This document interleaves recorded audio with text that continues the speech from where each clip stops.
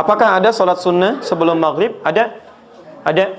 Ya, namanya sholat mutlak. Ada di hadis Abu Daud nomor hadis 1258. Abu Daud nomor hadis 1258. Sholat sunnah yang terkait mungkin waktunya dekat dengan sholat fardu yang 5 waktu itu, ini dibagi 2 bagian. Ini teorinya supaya dipahami dengan baik ya. Ada yang disebut dengan sholat rawatib. Apa artinya rawatib? Kalau tidak tahu katakan. Baik. Apa artinya rawatib? Baik. Rawatib itu jamak dari kata ratib. Apa artinya ratib? Baik. Bukan Allahu alam. Ratib itu adalah sesuatu yang tersusun dengan rapi atau berurutan sifatnya. Tersusun berurutan atau tersusun dengan rapi. Makanya diserap ke dalam bahasa Indonesia menjadi tertib. Tertib kan berurutan, rapi. Ada sholat-sholat sunnah yang waktunya tersusun rapi berurutan dengan sholat fardu. Terletak sebelumnya atau setelahnya. Jumlah rawatib ini itu ada 12 sholatnya. Diketahui jumlah 12 ini dari hadis riwayat At-Tirmidzi. Nama aslinya Muhammad, berasal dari Tirmidz, disebut dengan At-Tirmidzi. Nomor hadis 414 riwayat Ummu Habibah radhiyallahu taala anha. Man shalla 12 raka'atan, siapa yang salat 12 rakaat fi yaumin wa lailatin, yang mengiringi salat fardunya siang dan malam. Arba'an qabla dhuhri, 4 rakaat sebelum zuhur. Baik. Perhatikan, raka'ataini ba'daha, 2 rakaat setelah zuhur. Kemudian raka'ataini ba'dal maghrib, 2 rakaat setelah maghrib. Raka'ataini ba'dal isya, 2 rakaat setelah isya. Wa raka'ataini qabla subhi, dan 2 rakaat sebelum subuh. 2, 4, 6, 8 tambah 4, 12. Jumlahnya 12 rakaat. Siapa yang konsisten mengerjakan ini selama hidupnya, Allah, sebelum dia wafat, terus dia kerjakan sampai meninggalnya, kata Nabi, bunyalahu bihinna baitun fil jannah. Akan dibalas oleh Allah kerja kerasnya ini dengan dibangunkan satu rumah untuknya di surga. Luar biasa. Ini. Nah, Ummu Habibah ketika mendengar kalimat Nabi ini, maka berkata pada dirinya, bima ma'na, laqad azamtu nafsi alla atrukaha tula hayati. Saya enggak akan pernah tinggalkan ini selama hidup saya.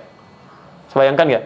Ummu Habibah itu istri Nabi, orang paling mulia, ummul mukminin, di surganya bersama Nabi, jelas sudah punya rumah, kelasnya elit luar biasa. Ketika mendengar kalimat ini yang amalan sunnah, kata beliau, saya enggak akan tinggalkan ini selama hidup saya. Istri Nabi, dekat dengan Nabi, ahli surga, surganya terbaik, rumah paling elit, mendengar amalan sunnah, saya enggak akan tinggalkan. Ada perempuan, bukan di sini, di luar sana. Bukan istri Nabi, tidak dekat dengan Nabi. Belum jelas status surganya. Amalan berantakan, hisab menegangkan. Masya Allah, ditawarin surga, rumah di surga. Jangankan sunnahnya, yang wajibnya pun kadang terlambat. Cita-cita masuk surga Firdaus tanpa hisab. Masya Allah. Ya. Luar biasa. Nah, ketemu ini, teruskan. Sebentar, teruskan dulu, belum selesai. Teman-teman sekalian, di sini kita temukan ada sebelum, ada setelah. Jelas? 4 rakaat sebelum apa? Zuhur. Dalam bahasa Arab kita tuliskan sebelum, bahasa Arabnya qabla. Zuhur. Qabla zuhri, sebelum zuhur. Jelas? Kalau kita ingin hilangkan kalimat yang kedua, misal ini disebut mudhaf ilaih. Kalimat yang disandarkan. Kalau menunjuk kepada waktu, ingin kita buang ininya, supaya menunjuk pada kalimat yang dibuang, maka tambahkan ya setelahnya plus ta sebagai sifat. Asalnya qabla, ya, asalnya a, karena ada ya, maka huruf sebelumnya di i. Di qabliyah. Jelas ya? Maka kita dengar kalimat qabliyah zuhur misalnya, itu maksudnya sebelum zuhur. Baik. Setelah, bahasa Arabnya ba'da. Setelah zuhur, ba'da zuhur. Di setelah, bahasa Arabnya apa? Ba'da. Kalau Anda sudah mengucapkan ba'da, jangan diucapkan setelah lagi. Itu 2 kata yang berulang sama. Paham ya? Kita ketemuan yuk. Kapan? Di mana? Di Masjid Indonesia. Kapan? Udah setelah ba'da asar deh. Setelah ba'da asar. Jadi kalau sudah setelah, itu ba'da. Tidak perlu menyebutkan keduanya lagi. Jelas ya?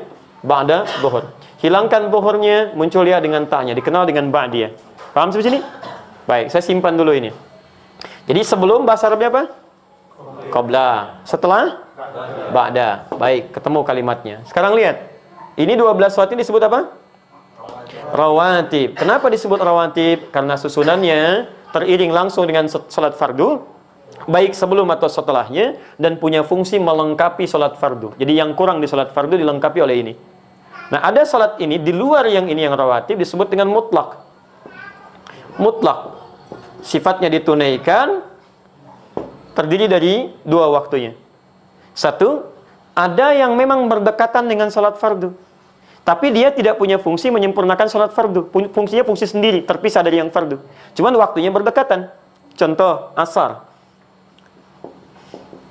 Asar ini ada sunnahnya mutlak 4 rakaat. Ditemukan di Abu Daud nomor hadis 1257. Riwayatnya Ibnu Abbas, Ibnu Umar radhiyallahu taala anhuma. Ya, kata Nabi, rahimallahu ra'an shalla qabla al-'asri arba'an. Allah merahmati seseorang yang bisa salat 4 rakaat sebelum zuhur. Paham? 4 rakaat sebelum asar. Baik, 4 rakaat sebelum asar. Saya ralat 4 rakaat sebelum asar. Ini masuk kategori salat apa? Mutlak. Paham sampai sini? Baik, ada juga yang waktunya terpisah jauh dengan salat fardu. Misal tahajud, qiyamul lail, salat duha, ya, salat wudu, salat tahiyatul masjid, salat di belakang makam Ibrahim. Maka ada salat yang kedua yang sifatnya terpisah jauh waktunya dari salat fardu. Di antara salat mutlak juga yang berdekatan waktunya dengan salat fardu, tapi dia mutlak bukan rawatib, adalah qabliyah maghrib. 2 rakaat. Dalilnya Abu Daud nomor hadis 1258. Ya, kata Nabi, lihat kalimatnya. Ya. Sallu qabla al-maghrib rak'atain liman yasha. Silahkan salat sebelum maghrib 2 rakaat bagi yang ingin. Ingat, ada kalimat bagi yang ingin. Beda redaksi ini dengan salat-salat yang lainnya. Wala tattakhidhuha sunnatan, tapi jangan dibiasakan. Apa maksudnya kalimat ini? Salat 2 rakaat sebelum maghrib ini sekalipun statusnya sunnah, masuk dalam mutlak, tapi tidak begitu dianjurkan oleh Nabi. Ya, karena waktunya yang sangat singkat, mepet antara adzan dengan iqamah plus dari maghrib ke isya. Kalau orang pada sholat semua maghribnya mundur mendekat kepada isya, bagi antum gak ada masalah. Bagi orang tawaf yang ada di Mekah, bagi sekitaran di Madinah, atau waktunya yang sangat mepet, makanya di Arab umumnya ketika selesai adzan itu umumnya akan cepat langsung iqamah. Nah, kalau misalnya Anda dalam situasi sudah baca Al-Quran, sudah berdoa, karena doa antara adzan dengan iqamat cepat dikabulkan, lebih cepat dikabulkan. Anda berdoa, sudah baca Al-Quran, masih ada waktu, orang pada belum datang, Anda ingin sholat, maka dipandang lebih bagus sholat daripada melakukan tindakan-tindakan yang tidak tepat. Ya, Anda malah bikin status, belum ada orang nih, sedang menunggu sholat maghrib. Paham ya? Sudah.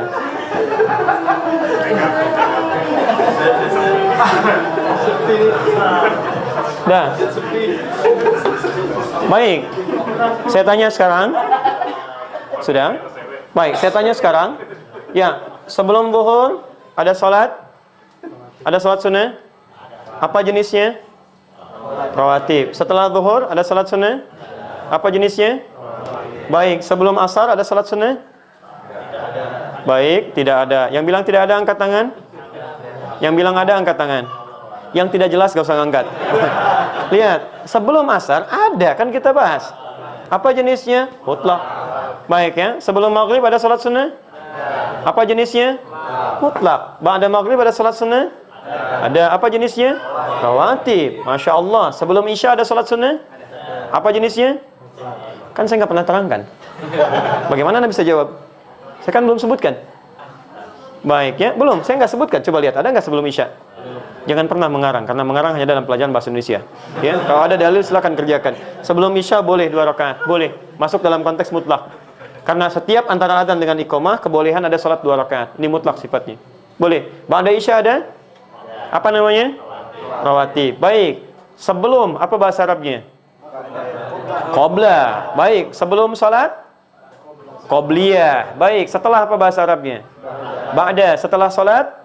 Ba'diyah. Baik. Qabliyah zuhur ada enggak? Ada. Berapa rakaat? 4 rakaat. Ba'diyah zuhur? Berapa rakaat? 2 rakaat. Baik. Qabliyah asar? Ada. Berapa rakaat? 4 rakaat. Apa jenis qabliyahnya? Mutlak. Jelas? Sebelum zuhur apa jenis qabliyahnya? Rawatib. Di sini seringkali orang keliru menduga bahwa kalau disebutkan qabliyah itu yang dimaksud rawatib.